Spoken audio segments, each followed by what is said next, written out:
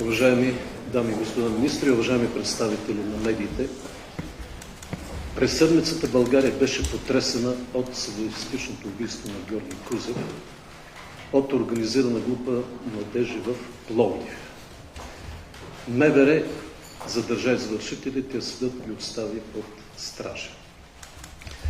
Правителството ни прие първи стъпки по проблема с младежката престъпност. Обмисляме и по-радикално. Но трябва да е ясно, че децата на България трябва да се възпитават в семейството и в училището. Ние не можем да ги оставим в токсичната среда на социалните медии. При подобни трагедии цялото ни общество е редно да застане обединено зад жертвите и близките, зад закона и морала. Затова е шокиращо, че се намират политици и инфлуенсъри, които се опитват да печелят партийни дивиденти от убийството. Същите, които се обявяват срещу въвеждането на предмет добродетели и религии в училище.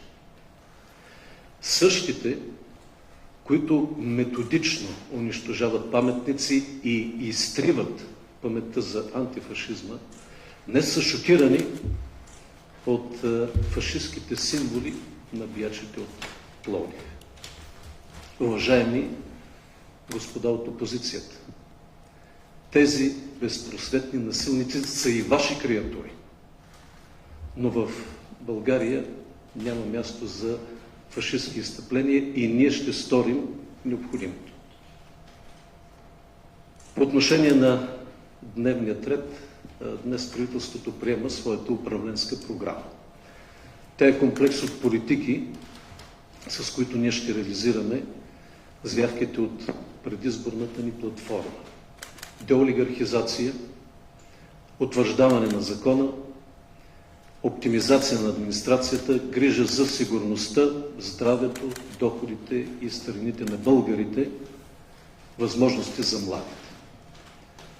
Наша цел е и заместването на изчерпания вече модел на развитие, основан на потребление, разпределение и евтин труд, с нов модел на ускорено икономическо развитие, чрез активно привличане на инвестиции, намаляване на регулациите и подкрепа на българския бизнес, чрез повишена производителност и развитие на експортно ориентирани високотехнологични производства.